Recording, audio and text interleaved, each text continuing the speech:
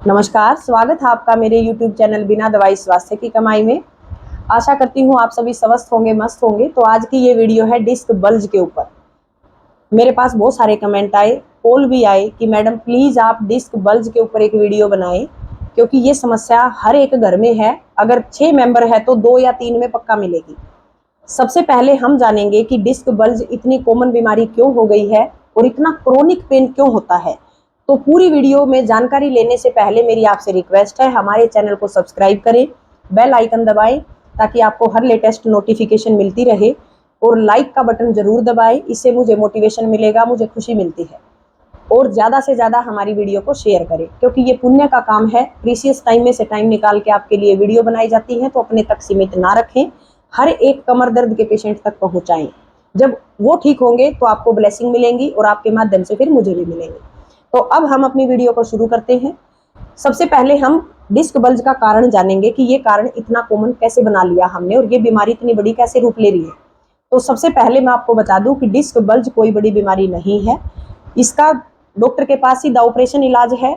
दवाइयां देंगे, कुछ टाइम दवाइयों पे रखेंगे, फिर आपकी ये इंजेक्शन पे आ जाएगी। मल्टीविटामिन के इंजेक्शन डाल दिए जाएंगे। जब इंजेक्शन से भी पेन नहीं जाएगा, प्रॉब्लम आपकी बढ़ती जा रही है, तो लास्ट में फिर आपको बताते हैं कि आप योगा करिए, एक्सरसाइज करिए।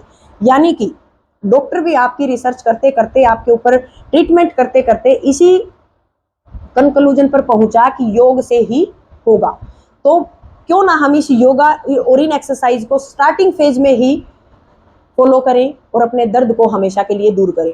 जैसा कि आप जानते हैं, जो हमारे सेलिब्रिटी हैं, एक्टर हैं, एक्ट्रेस हैं, जो अपनी डाइट का विशेष ध्यान रखते हैं, रेगुलर बेस पे योग और प्राणायाम करते हैं, और वो भी इन बीमारियों से जूझ रहे हैं।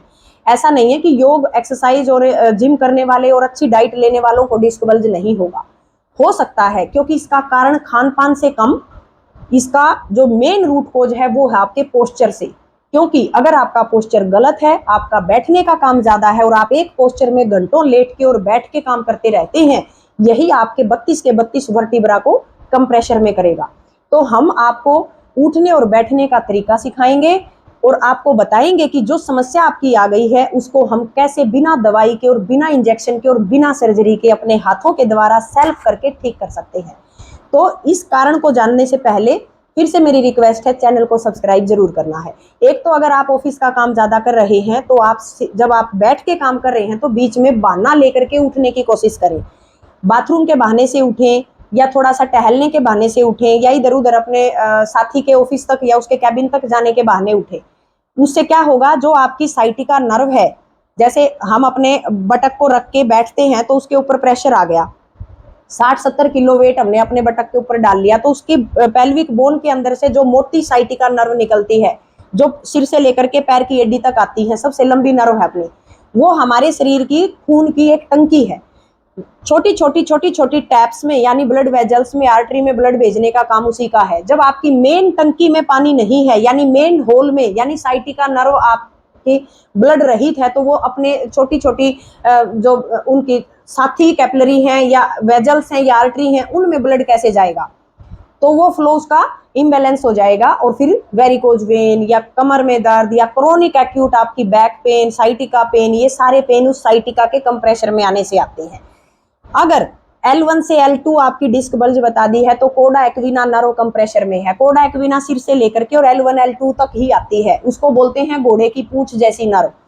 वो घोड़े की पूंछ के जैसे बाल होते हैं ना, अलग अलग रूट से निकलते हैं, ऐसे ही वो सबसे, मतलब सबसे तो नहीं कहेंगे, साइटिका नर्व से छोटी नर्व मानी जाती है, और है वो भी बहुत इंपॉर्टेंट नर्व। तो कोडा एक्विना अगर नर्व कम प्रेशर में आ गई तो पैरों में झुनझुनी आएगी, जबरदस्त नमनेस आएगी, पैर सुन्न हो जाएंगे और मिडिल बैक में जबरदस्त क्रोनिक पेन होगा। तो हम उस पे काम करने के लिए भी ये एक एक्सरसाइज है, कोडा एक्विना का कंप्रेशन भी वहीं से हटेगा। और L5S1 डिस्क बल्ज बता दी है, वो भी कंप्रेशन इसी से हटेगा।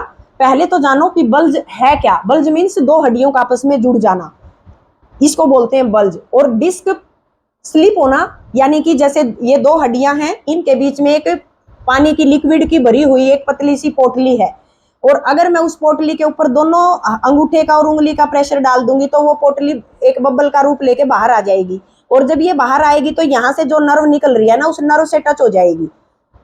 नर्व से जब टच होगी तो क्रोनिक पेन होगा। तो ये जो पोटली है ये सेट कैसे होगी, जब हम इन दोनों वर्टिब्रा को दूर करेंगे, ऐसे खोल देंगे तो ये अपने आप अंदर सेट हो जाएगी, क्योंकि दबाव कम हो जाएगा तो ये अंदर चली जाएगी, है ना। अब मैं अगर हाथ के अंदर कोई भी ऐसी चीज लेकर के या कोई मिट्टी लेकर के या क्ले लेकर के उसको दबाऊंगी तो साइड में निकलेगी ना। तो ये दबाव कम करना है, और इस दबाव को ना कोई इंजेक्शन कम कर सकता और ना कोई मेडिसिन कम कर सकती, क्योंकि जोड़ों के रोग में एक्सरसाइज काम करती है। जोड़ को दूर करने का काम तो कोई दवाई और इंजेक्शन कर ही नहीं सकता, आप समझदार हैं। हाँ, मसल स्पाजम है, ब्लड सर्कुलेशन कम हो गया है, यानी कि क्लोट के माध्यम से, मान लो ब्लड में क्लोट ज्यादा हो गए, सर्कुलेशन कम है, तो उस क्लोट को मेल्ट कर सकते हो एस्पिरिन डिस्प्रिन लेकर के। लेकिन अगर दो हड्डियों ने अपने बीच का कार्टिलेज बाहर निकाल दिया या उस पोटली को बाहर निकाल दिया, तो जब तक आप उसको अंदर नहीं कर सकते, जब तक हड्डी का दबाव दूर नहीं होगा, समझे। तो इसी तरीके से ये हमारी वर्टिब्रा है, ऐसे इनमें गैप होता है और इनके बीच से नर्व निकलती हैं जो अलग अलग बॉडी पार्ट में ब्लड लेके जाती हैं। अगर ये गैप आपका कम हो जाए, मान लो मेरे हाथ में एक रिंग है और ये मैं रिंग आराम से पहन रही हूँ और आराम से इसको निकाल लिया, अगर ये मेरी दो उंगलियां आपस में जुड़ गई तो मैं उस रिंग को नहीं निकाल पाऊंगी, क्योंकि इन्होंने दबाव डाल रखा है। मैं उस रिंग को तभी निकाल पाऊंगी जब मेरी ये उंगली फ्री हो जाएगी। तो हमारी न्यूरोथेरेपी आपके वर्टिब्रा को फ्री करने का काम करती है, ये है न्यूरोथेरेपी। तो इसके लिए एक्सरसाइज कोई 5, 10, 20 एक्सरसाइज नहीं बताऊंगी, एक ही एक्सरसाइज ऐसी बता दूंगी जो आपकी 32 के 32 वर्टिब्रा को खोलेगी। स्टार्टिंग में जब आप करेंगे तो थोड़ा धीरे धीरे अभ्यास बढ़ाएं, क्योंकि आपको डॉक्टर ने स्ट्रिक्ट मना किया है कि आपको आगे नहीं झुकना, पीछे नहीं झुकना, और आपको डंडे की तरह स्ट्रेट बना दिया, एक बैम्बू स्पाइन बना दी आपकी, बांस का एक डंडा, समझे। तो हमें उसको लचकदार बनाना है। परमात्मा ने हमें उसमें फ्लेक्सिबिलिटी के साथ नीचे भेजा था, और ये स्पाजम हो गया गलत खान पान से, गलत उठने बैठने के तरीके से, विदाउट एक्सरसाइज से। एक ही पोस्चर में घंटों बैठे रहोगे तो आपका शरीर रबड़ का नेचर है, वो उसी शेप में आ जाएगा, समझे मेरी बात। तो अब मैं ज्यादा लंबा वीडियो नहीं बनाऊंगी, आप मेरी शब्द के माध्यम से समझ गए मैं क्या कहना चाहती हूँ। अब बारी आती है कि इसको बिना दवाई कैसे ठीक करें। एक्सरसाइज मैं ये नहीं बताऊंगी कि सुबह से शाम तक आप 1 घंटा जरूर निकाल लें, 5 मिनट का टाइम निकाल लें, आपकी स्पाइन की सारी व्याधियां दूर हो जाएंगी। रीढ़ की हड्डी के जितने दर्द है, इनका सीधा कनेक्शन पेट से है। जिसका जितना बड़ा पेट, उसकी रीढ़ की हड्डी उतनी ज्यादा खराब। इंटीरियर और पोस्टीरियर वर्टिब्रा होते हैं, जैसे अपनी उंगली का ये आगे वाला हिस्सा और पीछे वाला। अगर मैं इस उंगली को अंदर की तरफ बेंड कर दूं, मान लो ये उंगली है मेरी और मैंने इसको अंदर की तरफ बेंड कर दिया, ये तो मेरे ये पीछे वाले जो कार्पल है ना, ये तो ओपन हो गए, और जो अंदर की साइड है ये मैंने बंद कर लिए, है ना। तो पोस्टीरियर साइड तो मेरी खुल गई और इंटीरियर साइड मेरी बंद हो गई। तो जिसका पोस्चर आपका घंटों यूं बैठने का है ना, ये यूं सिकुड़ के, तो आपकी इंटीरियर साइड की वर्टिब्रा तो बल्ज हो जाएंगी और पीछे से आपकी वर्टिब्रा खुल जाएंगी, उनमें तनाव आ जाएगा, क्योंकि जितना उनका मार्जिन था आपने उससे ज्यादा खींच रखा है। अगर मैं आपका एक बाल पकड़ के खींच के रखूंगी तो पेन होगा ना, ऐसे ही उन नसों को अगर सारा दिन खींच के रखोगे नर्व को तो पेन होगा, मसल स्पाजम होगा। फिर बारी आती है डिस्क बल्ज की, कि हमारी तो पीछे की डिस्क बल्ज है, जो यूं करके चलती हैं महिलाएं, उनका ये पोस्चर हो जाता है, क्योंकि पेट का साइज इतना हो गया और पीछे से कर्व आ गया कमर में। अगर मैं इस हाथ को यूं कर लूंगी ऐसे, तो मेरी ये कलाई जो है ये बल्ज हो गई है, यहाँ से आगे का पार्ट मेरा खुल गया है, यानी कि ये वाला पार्ट ओपन और ये वाला बल्ज, तो ये पोस्चर हो गया। और ये पोस्चर कब होता है, हिप्स बाहर, पेट आगे की तरफ निकलेगा। तो पहले इस पेट को अंदर करना है। ये पेट कैसे होगा अंदर, धीरे धीरे डेली प्रैक्टिस से। इसको कैसे करेंगे पहले ये देख लो। एक तो मैंने अपने इंस्टाग्राम के ऊपर पेट वाली वीडियो डाल रखी है, कि अगर किसी का पेट बहुत ज्यादा टाइट है और बड़ा है तो आप 2 मिनट टाइम निकाल करके अपने पेट को नाभि में खींच दो, उससे पेट की मांसपेशियों का तनाव कम होगा और फिर आपकी कमर का पेन भी 30% निकल जाएगा। फिर बारी आती है आपके रूट कोज पे, यानी डिस्क बल्ज पे। उसको कैसे हम ठीक करें, आपको ऐसे लेटना है, एक ही बार में एडवांस वाला नहीं कराएंगे, पहले आप स्टार्टिंग फेज करें। लेफ्ट पैर को पकड़ ले, सभी जानते हैं इसका नाम है पवन मुक्त आसन। पहले लेफ्ट पैर को पकड़ना है, क्यों पकड़ना है, इससे डाइजेशन भी ठीक होगा।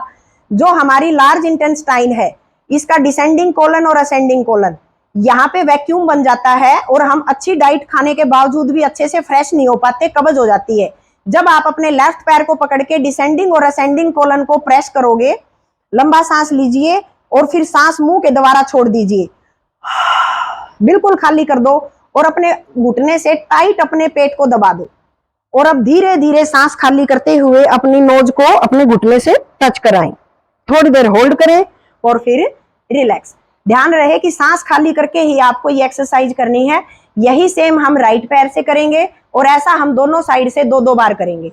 अब हमारे नीचे का जो सिस्टम है यानी कि L1 से L5 और S1 से S5 और टेल बोन का एरिया, ये आपका लूज और फ्री हो गया है। और फिर हम दोनों पैर ऐसे मोड़ेंगे। अब ये काम है बहुत जरूरी, इसी से आपकी वर्टिब्रा खुलेंगी और डिस्क बल्ज की प्रॉब्लम दूर होगी। दोनों पैरों को ऐसे आप मिला लें, बीच में से अपने पंजों को पकड़े और धीरे धीरे नाक से सांस लें, मुंह से छोड़ के अपनी तरफ खींच दें अपने पैर। फिर से नाक से सांस लें, फिर खींच दें, फिर से लें और फिर खींच दें। सांस छोड़ते जाएं और पैरों का दबाव अपने हृदय चक्र के साथ दबाते जाएं। देखिए, पैरों को अपनी चेस्ट से टच कराने की कोशिश करें। ये है फ्लेक्सिबिलिटी। अब मेरे अंगूठे मेरी छाती से टच हो गए हैं क्योंकि मैं डेली योगा अभ्यास करती हूं, तो मेरी जो स्पाइन है वो फ्लेक्सिबल है, लचकदार है। 32 के 32 वर्टिब्रा जो हैं वो अच्छे से लूज और फ्री है, स्ट्रेंथफुल है, इसीलिए कोई पेन नहीं है। तो जब आप डेली अभ्यास करेंगे, मान लो जिसकी डिस्क बल्ज होगी ना, बैम्बू स्पाइन का केस है, स्पर है, डीजनरेशन है, तो वो अपने पैरों को यहां तक खींच नहीं सकता क्योंकि ये सब खींचेगा उसका। पर आप ना घबराएं। आपको क्या करना है, जब आपसे एक्सरसाइज कम हो तो गर्म पानी में नमक और फिटकड़ी डाल के 3-4 दिन अपना टब में बैठ के इस एरिया को अच्छे से सिकाई करें 40 डिग्री टेम्परेचर पर। अब आप कहेंगे 40 डिग्री टेम्परेचर तो नहीं सहन होगा, तो पहले 30 कर लें, उसमें बैठे। धीरे धीरे जब आपकी स्किन उस चीज की आदी हो जाएगी सिकाई की, तो उसमें 2-4 डिब्बे और थोड़े से तेज गर्म पानी के ऐड कर लें, वो 40 डिग्री हो जाएगा। उसमें 20-25 मिनट की सिकाई करें, हवा ना लगे। नमक और फिटकड़ी की सिकाई के बाद हवा नहीं लगनी चाहिए। अंदर ही 15 मिनट अपने बाथरूम में बैठे रहे, मोटा कपड़ा ढक के, और फिर ये योगा अभ्यास करें। उससे आपकी स्पाइन का जो कैल्सिफिकेशन है वो सॉफ्ट हो जाएगा और फिर आपकी जो टांगे हैं वो अच्छे से आगे की तरफ आएंगी। पेट भी कम होगा, साइटिका दूर होगा और ये लंबर सैक्रल का एरिया स्ट्रेंथफुल होगा। ये एक ही एक्सरसाइज सुबह, दोपहर, शाम डेली 5-5 मिनट करें। और इस वाली जो मैंने अभी लास्ट में बताई है ना, ये पैर जोड़ के पेट की तरफ खींचना, इसका 5 बार अभ्यास जरूर करें। एक बार करने से बात नहीं बनेगी, अपने शरीर के साथ फाइट करनी है, जोर जबरदस्ती करनी है। एक तो दर्द होता है कांटा चुभता है तब, और एक दर्द होता है सुई से जब उस कांटे को निकाला जाता है तब। जब किसी मेरी बताई हुई एक्सरसाइज से अगर खिंचाव महसूस कर रहे हो ना, तो आप ठीक हो रहे हो। मेरे ऊपर ट्रस्ट करते हो, मेरी बातों पे विश्वास करते हो, तो इस बात पे भी विश्वास करोगे आप। डॉक्टर ने बोला है आगे नहीं झुकोगे, पीछे नहीं झुकोगे, आपका ऑपरेशन होगा, और मैं डॉक्टर के अपोजिट काम करती हूँ। हालांकि मैं डॉक्टर नहीं हूँ, मैं एक न्यूरोथेरेपिस्ट हूँ, लेकिन हम डॉक्टर का काम आसान कर रहे हैं कि उनको ज्यादा सर्जरी ना करनी पड़े। तो हम तो सिर्फ उनका काम आसान कर रहे हैं। उन्होंने जो स्टडी की है उसके बेस पे आपको बता रहे हैं कि भाई आगे पीछे झुकोगे तो नर्व का टच जो है वो बढ़ेगा, पेन बढ़ेगा। दवाइयां लेते रहो, पेन किलर, और सीधे लेटे रहो। जब आप कुछ करोगे ही नहीं तो दर्द कहां से होगा। लेकिन इलाज वही होता है जो आपको काम करने लायक बनाए और नॉर्मल बनाए जैसे पहले थे। तो उस नॉर्मल बनाने का ही मेरा एक एम है कि इलाज करो तो ऐसा करो जिससे सर्जरी भी टले, और चाहे दंगल कर लो, ऐसा कर दो इंसान को। तो आप इस योगा एक्सरसाइज को फॉलो करें और कमेंट करके मेरे को जरूर बताना कि आपने जैसे बताया मैंने वैसे ही किया और कितना लाभ मिला, ताकि और भी इस पे विश्वास करें। क्योंकि हम कोई भी वीडियो जब किसी की देखते हैं तो कमेंट पढ़ते हैं, भाई कमेंट कैसे हैं। तो कमेंट अच्छे अच्छे भर भर के करें, जितना रिलीफ मिला है उतना करें। और फिर भी अगर कोई प्रॉब्लम आती है तो मेरे नंबर पे कांटेक्ट करके आप मेरे से बता सकते हैं, नंबर दिया हुआ है। तो हमारी वीडियो ज्यादा से ज्यादा फॉलो करें। और मेरा जो सेंटर है पुनर्जीवन न्यूरोथेरेपी हेल्थ केयर सेंटर, इसकी कोई ब्रांच नहीं है अभी, समझे मेरी बात।